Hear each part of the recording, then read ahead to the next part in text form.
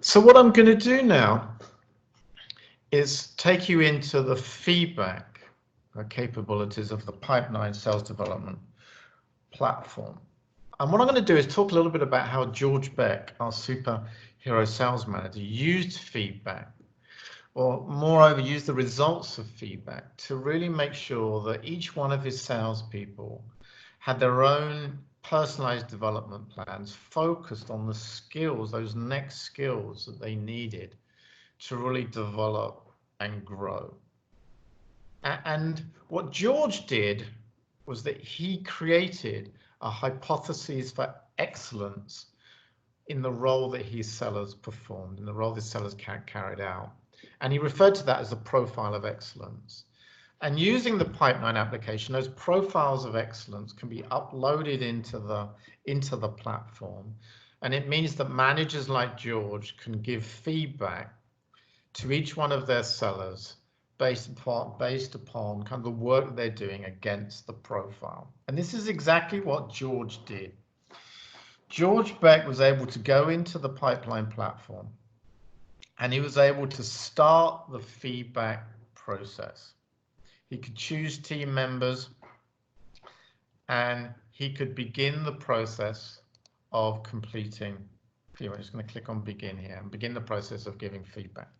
I'm going to jump through some of the introductory screens and I'm going to get into the first feedback screen. And what you're going to see on the screen here, on the left-hand side, you're going to see the practice areas that make up the role excellence profile. In this case, there are 5. And what you're seeing in the middle is the first question in the first practice area. And this is where George starts to give feedback to each member of his team. You see Violet here. Violet happens to be new in role. Christopher happens to be in role for about 15 months, so he's really starting to get going in his role. And Klaus is really experienced. He's been in role for over 3 years. And so the way that George will give feedback to Violet, Chris, and Klaus will be different because they're at different places in their journeys towards becoming excellent in role. Now, what George was also able to do was to use some scales to build up a perspective on where each one of these 3 sellers are in their journey. And these scales are the importance scale.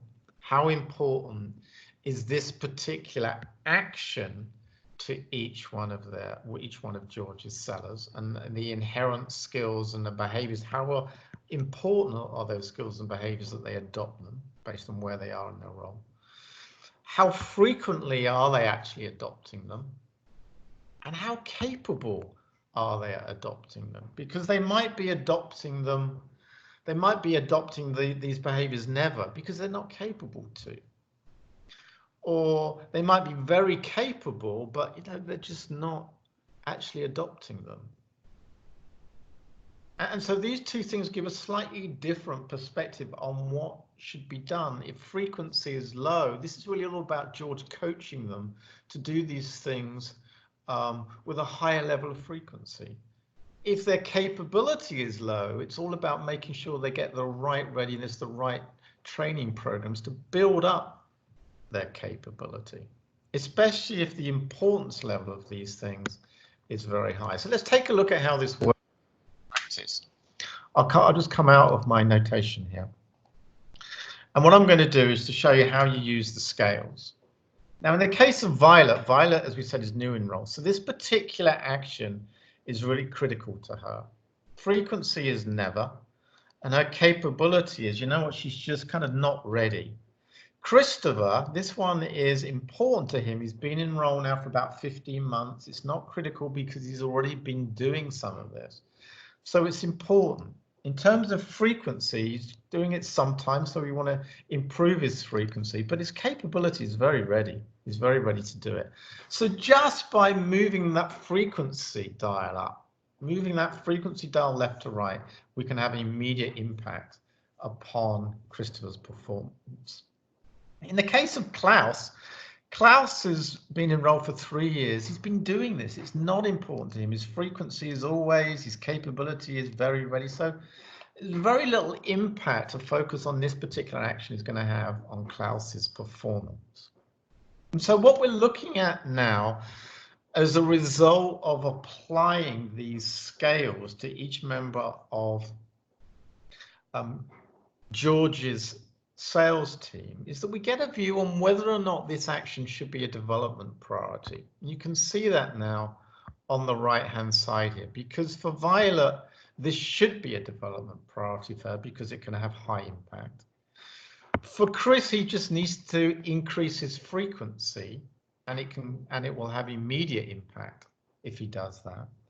And for Klaus, there's no focus on this at all because he's always doing it and his capability is very ready. And there are other actions that probably we would want to focus Klaus on. And so when we look at their development priorities, we'll see in Violet's list, this will appear as a development priority.